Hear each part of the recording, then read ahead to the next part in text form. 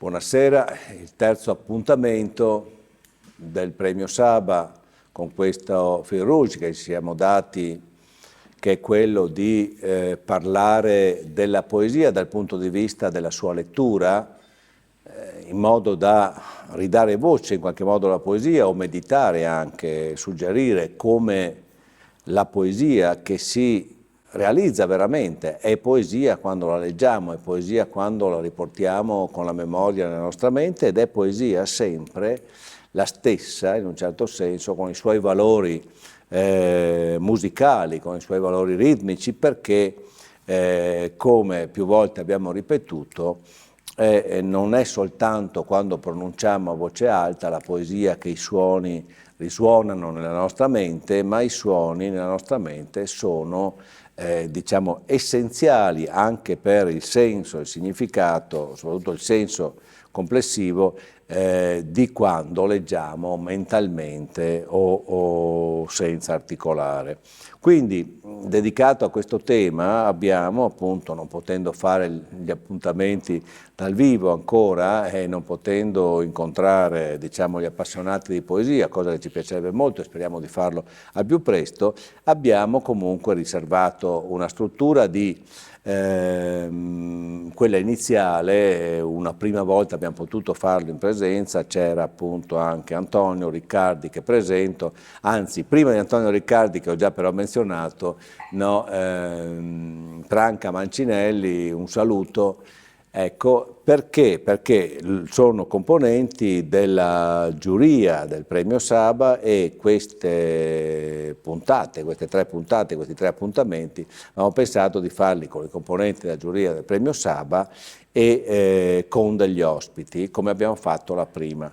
La seconda abbiamo fatto registrata con appunto Roberto Calaverni e il vincitore del primo premio Umberto Piersanti e con alcuni poeti che hanno partecipato con delle registrazioni. Così faremo oggi, nel senso che una chiacchierata breve tra noi e poi Maria Borio, Paolo Maccari e Isabella Leardini parteciperanno leggendo e commentando, sempre seguendo il filo di questo tema, una loro poesia.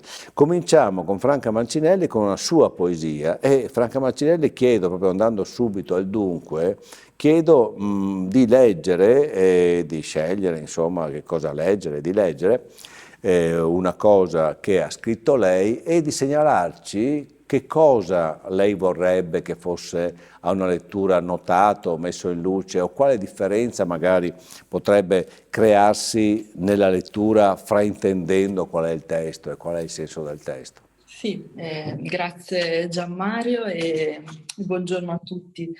Io scelgo la poesia che dà il titolo al mio libro più recente, che si intitola Tutti gli occhi che ho aperto, è uscito per la Marcos y Marcos nel settembre del 2020. Questa poesia appartiene a una sezione dedicata agli alberi, si intitola Alberi Maestri.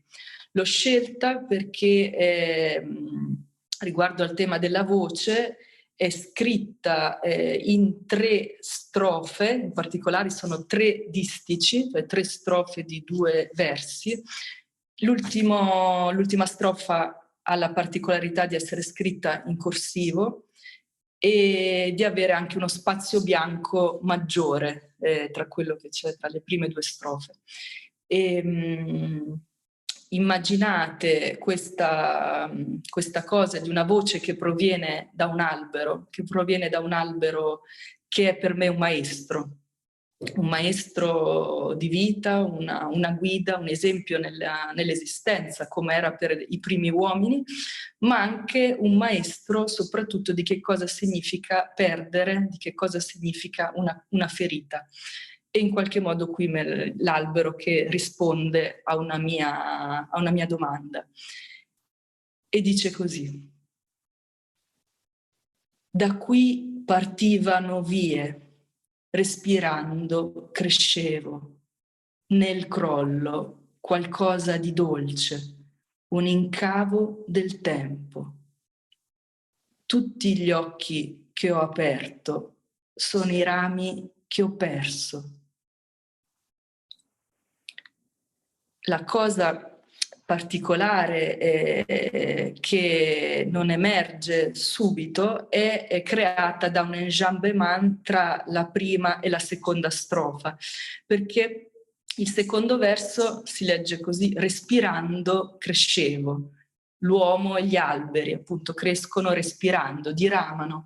Però nella mia intenzione quel crescevo si lega anche alla parola iniziale del verso seguente, quindi crescevo Nel crollo. nel collo. Sì. Sì, ma è scandito, questi versi sono scanditi appunto al metronomo, direi, con l'effetto di caricare, poi sono poche parole che dicono tante cose, con l'effetto di caricare poi questo senso che viene nella voce dell'albero alla fine, che è quello appunto che non si può avere niente senza perdere, cioè no, è come no, non si può avere memoria di qualcosa che non c'è più, perché se ce l'hai sotto gli occhi non hai bisogno della memoria, così allo stesso tempo no, non puoi aprire gli occhi appunto come avviene per l'effetto che fa no, il ramo dell'albero quando viene tagliato, sembra proprio che resti quasi un'iride, no? Un occhio senza. In questo caso ti chiedo, questi versi così compatti, questa scansione, è stata per te un'eredità? Hai degli ascendenti o è un qualcosa che hai cercato proprio per dare quella voce quasi ieratica, quella voce che parla da lontano quasi? Allora, direi che fondamentale per me è l'esperienza del cammino e sono versi che prendono la loro misura dal corpo, che io ho portato con me. E quindi io faccio così molto spesso quando ho delle indecisioni, quando ho delle incertezze, me le porto in cammino, oppure anche nei gesti semplici, quindi non so, vado a portare a spasso il cane o vado a pulire quella stanza e nel frattempo il corpo mi dà una risposta in qualche modo, mi trova la misura e quando sento la scansione che mi ha dato il corpo, in genere poi non la cambio, sento che quella ha una sua verità. E questi versi sono proprio letteralmente nati durante un camminare ascoltando, cercando. Sentiamo adesso, a proposito di qualche cosa che ha scritto lui, anche per Antonio Riccardi chiederei di leggere una sua poesia e di raccontarci qual è la sua aspettativa per chi la legge, qual è la sua, diciamo, quello che si sente di essere dal punto di vista dei suoni mentre li indirizza a un lettore. Leggo un brevissimo testo in cui con tutta chiarezza il protagonista è un gatto. È un gatto che confonde le cose, come tutti i gatti di appartamento, pensa che la giungla stia in un vaso. E quindi mi ha sempre molto colpito questa possibilità dei gatti di rimanere in pochi metri quadrati per tutta la vita, praticamente senza difficoltà. Avendo però lo stesso spirito d'avventura, nel senso che...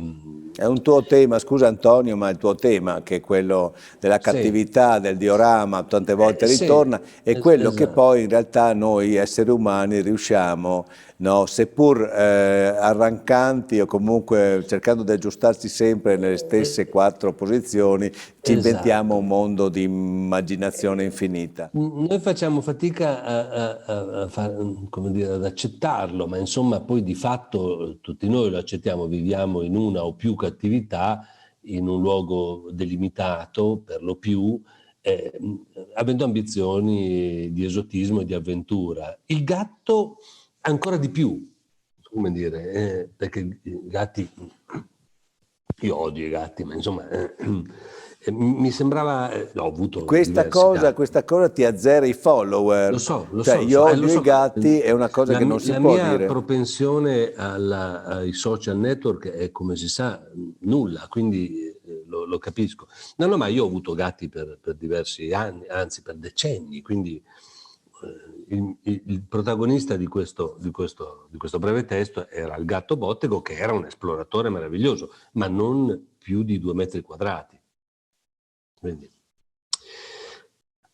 a pochi metri da noi, pacificato l'istinto, dorme il predatore nella selva criso-elefantina di un vaso tra le fioriere. Dorme appena scosso dall'elettricità dei sogni, con la polvere iridescente della farfalla ancora sul muso. Ecco, mi ha sempre molto colpito se fossi a scuola spiegherei criso-elefantina. Ecco, criso-elefantina sono quelle sculture tipiche dell'antichità e del Rinascimento che mescolavano diversi materiali, quindi appunto, che so io, alabastro, marmi preziosi e bronzi o bronzi dorati, eccetera.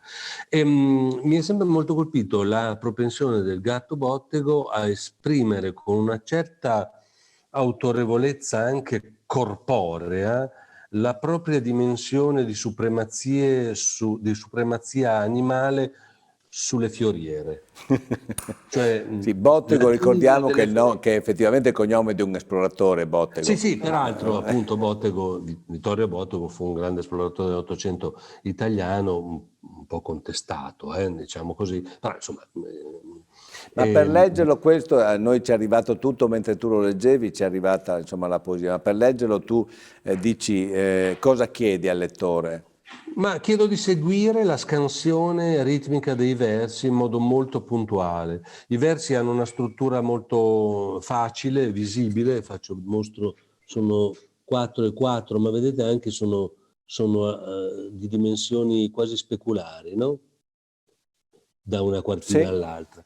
Quindi non c'è nient'altro, c'è solo una virgola al secondo verso che esige una piccola pausa, ma se il lettore fa pausa esattamente quando deve farla, cioè sulla fine del verso, una piccola pausa, segue quindi la misura e il ritmo dei versi, quella lì è la lettura, che gli impongo perché l'autore... Franca, anche tu sei molto esigente nei confronti del lettore perché di fatto non dai molto scampo, chiedi un lettore che sia aderente perché poi il senso, no, è molto più trascinato dal suono nella tua poesia, cioè è meno fisso dentro il verso, cioè nel lavoro tra i versi in verticale succede qualcosa in parallelo.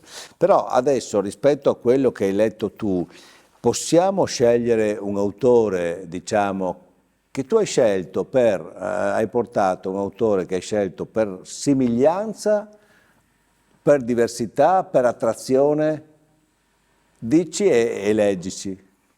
Sì. Per entrambe le cose ho scelto 2 autori, uno è Franco Fortini e uno è Fabio Pusterla. Uno devi scegliere e su questo... I gesti del lavoro di Fabio Pusterla e vi ho scelto questa poesia perché è fondamentale per me l'idea di una poesia che nasce dal gesto. In fondo la parola anticamente, nella sua origine, era gesto, era un movimento corporeo e poi quando l'abbiamo depositata sulla pagina è diventata segno in qualche modo, si è perso il corpo, si è perso il gesto, si è persa la voce, però la poesia autentica eredita quella voce, ha il segno vivo di una voce, di un corpo. Io riconosco i poeti così quando li leggo, se non sento una voce viva presente, allora è lettera morta, allora è una letteratura che si genera dalla letteratura e va avanti così. Invece i poeti no, perché ritornano all'origine, quindi ritornano alla parola gesto. E sono molto in sintonia con questa anche immagine, che poi vi leggerò, che è quella di una poesia non affatto intellettuale, ma che nasce proprio dal lavoro. Ed è un lavoro artigianale, se vogliamo, un lavoro antico, dove è fondamentale il corpo e dove è fondamentale l'uomo nella sua pienezza. E un'altra cosa fondamentale è che in questo nostro aderire ai gesti, aderire a dei gesti essenziali che ci sostengono in vita, si sprigiona una gioia che ci porta oltre i nostri confini individuali e quindi in qualche modo si amplifica la nostra individualità e si amplifica anche l'istante presente, per cui allora lì ci entrano tutti i tempi e Pusterla poi arriva spesso al primo tempo, a quello della preistoria, al nostro tempo originario, dove c'è una verità che ancora portiamo in noi come specie umana. E quindi ve la leggo, sono versi, vedete, sono versi lunghi, strofe di diversa lunghezza, versi lunghi che a volte si confondono con la prosa. I gesti del lavoro da corpo stellare. E poi talvolta dai gesti opachi del lavoro scivola fuori il motivo di una danza. Allora le mani accarezzano l'aria, le braccia diventano i rami di un melo che si aprono verso la luce e salutano qualcosa. E gli altri sono qui, tutti qui insieme, tutti nel gesto, tutti nel movimento di una mano che attraversa ere biologiche, stringe una sabbia lontanissima, un cacciavite, un martello, un amo, una lama di selce, la pelle tiepida di un animale scomparso, un sasso caldo di fuoco, un sesso vivo.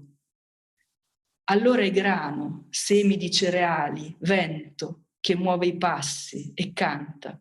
Sotto i piedi ci sono le grandi pianure, le pietre bianche, di strade bianche, di strade che portano al mare, feste di stagione. Allora seguo le oche selvatiche, i branchi di pesci, su tutti gli odori del bosco, i percorsi dell'acqua, risalgo la schiena d'erba delle montagne, le valli del cielo. Perché talvolta dai poveri gesti del mio lavoro scivola fuori il motivo di una danza. Allora non ho più peso e sono libero, in fondo al mio segreto quotidiano. E se la luce si fa più lontana, ne custodisco l'assenza. Grazie. Antonio Riccardi, chi hai scelto? Un autore da presentarci brevemente, i tempi sono purtroppo sempre veloci. Giampiero Neri, grande maestro in ombra, ma ormai completamente in chiaro, alla luce del secondo Novecento, classe 1927.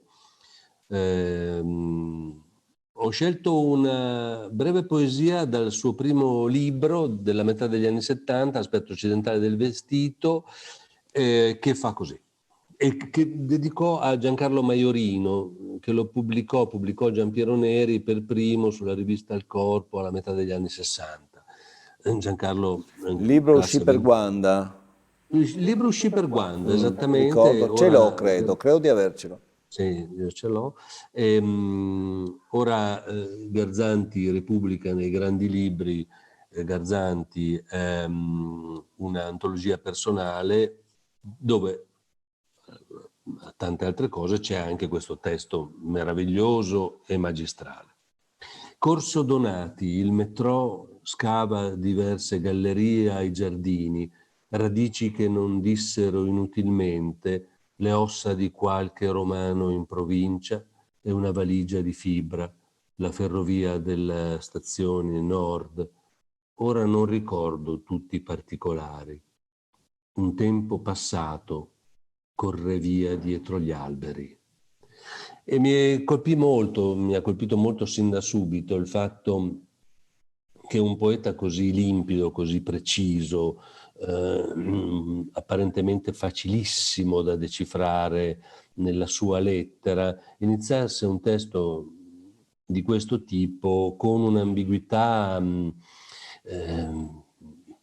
certa, cioè Corso Donati, il metro, è ovvio che siamo in un tempo molto vicino a noi e Corso Donati è un toponimo, ma Corso Donati è anche un celebre avventuriero del Medioevo fiorentino, raccontato da Dante, capo dei Guelfi Neri, e Neri è lo pseudonimo di Giampiero Neri, appunto, che fa Pontigia di nome e che scelse fin da subito lo pseudonimo di Neri.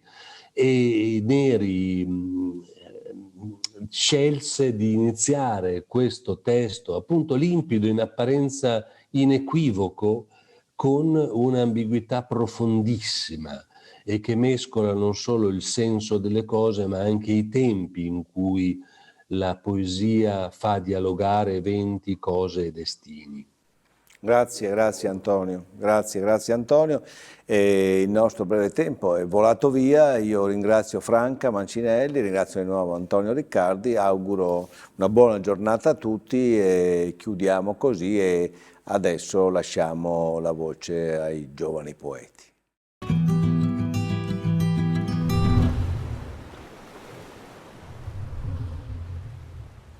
Quando penso al rapporto tra poesia e voce mi vengono sempre in mente due parole. La prima è phonè e la seconda è fusis, che sono due parole anche molto vicine dal punto di vista sonoro. Quindi la voce e la natura, però fusis è la natura come componente primaria di ciò che esiste, quindi come quell'insieme di elementi essenziali attraverso cui poi si può formare la materia, l'organico e l'inorganico, per cui la phonè, la voce, diventa l'espressione di queste creazioni, di queste formazioni, e lo fa come linguaggio, la creazione primaria del linguaggio. Per cui la voce ha a che fare con il nostro essere autentico, ha a che fare con ciò che in fondo autenticamente siamo e come riusciamo a esprimerlo attraverso il linguaggio. Ora vi leggo un testo. Dentro un posto di pioggia, in un guscio di voce, qualcuno dal vuoto intona suoni elementari. Essere se stessi, il primo, flesso nell'abitacolo. Essere per la luce, gli uccelli di lago in volo, le gambe sottili a filo d'acqua. Essere della luce per noi, sotto gli abeti la spola che separa le onde. Essere una bocca che nell'altra versa luce e champagne, la parte falsa e vera, divise dal pontile che ricompone l'autentico. Abbiamo cantato qualcosa di semplice, c'è e noi accadiamo, piove e il respiro ricrea nell'auto il terzo cielo, il secondo lago, il primo suono negativo in equilibrio, il primo suono positivo. Essere, non dire, ma dirsi.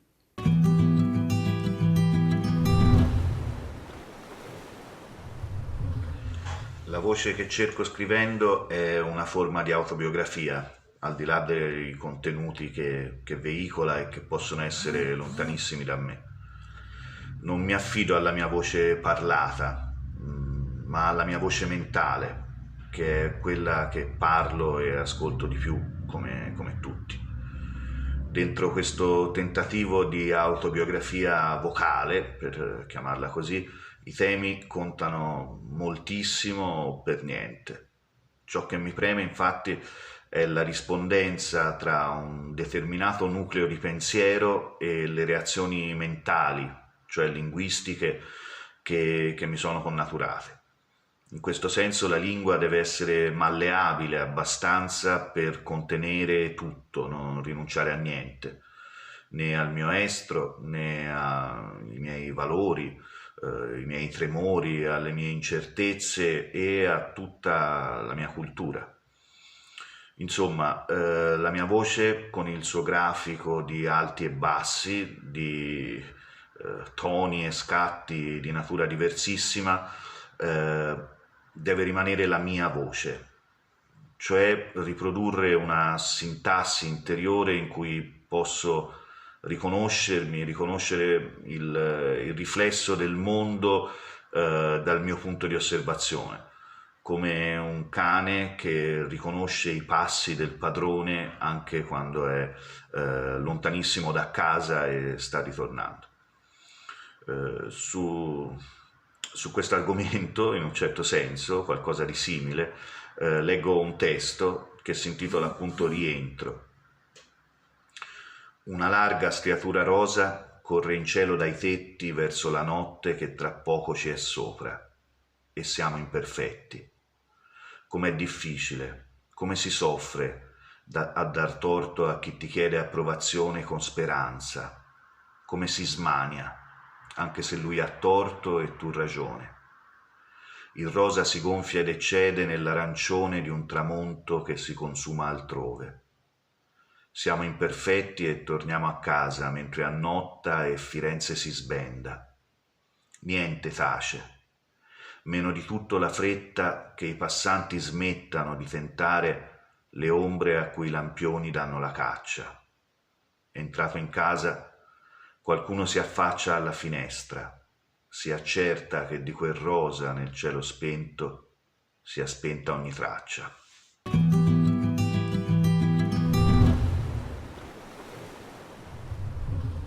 La nostra voce, quella che conosciamo, che siamo abituati a riconoscere come nostra mentre parliamo, è in realtà una voce che soltanto noi possiamo udire. Per questo, quando ci accade di sentirla riprodotta dall'esterno, ci sembra irriconoscibile, quasi estranea, perché la nostra voce in realtà è amplificata dall'interno dalla forma stessa del nostro orecchio, che assomiglia alla forma di una conchiglia, uno spazio cavo in cui la voce che ascoltiamo soltanto da dentro risuona quasi amplificata e mutata. Eppure questa è quella che noi riconosciamo come la nostra più autentica voce, non l'estranea, che pure tutti gli altri sentono. Credo che questa similitudine possa accordarsi bene alla voce poetica, la voce che ogni poeta cerca come la sua più autentica e interna voce, e che pure porta sempre con sé questo scarto di alterità e nello stesso tempo la nostra voce più udibile solo a noi stessi e una voce anche altra, diversa da quella che portiamo nel mondo. Dentro questo c'è il rapporto musicale di canto che la poesia ha in sé. La voce di un poeta non può che essere anche partitura, anche spartito musicale di ritmo e di sillabe. Canto, come fin dalle origini, è la poesia. Leggo un piccolo testo dal mio prossimo libro che porta quest'idea di voce come anche suono del fondale. Mia limpida fiamma di stella, torcia delle notti chiare, dove l'amore buio risiede, sale, risale immateriale. Vene piccole, pure bambine, canto che solo conosce il respiro animato dal suono di ciò che dentro il suono vive.